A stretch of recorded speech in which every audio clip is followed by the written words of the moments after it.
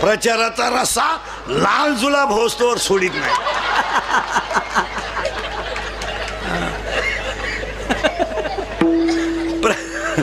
प्रचाराचा रस्सा मागून लाल पडला तरी पुढून वती तोच. आणि मी काशीच लपाड्यावर सगळे महाराजांची भाषा आहे. वारा नशी गया पाहिली. आता लागला करंट तुम्हाला मगाचा. एका शिवीजीला दीड तास देव चोळून काय करतो. एकानं देव चोळले आणि कुत्रं आलं, त्यानं देव फिकून आणला कुत्र्याला. काय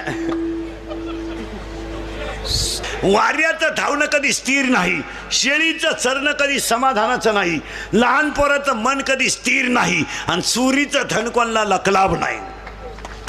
पुरावा 18वा अध्याय. वारियाचे धावणे का शेळीचे चरणे, बालकाचे मन का चोरीचे धान.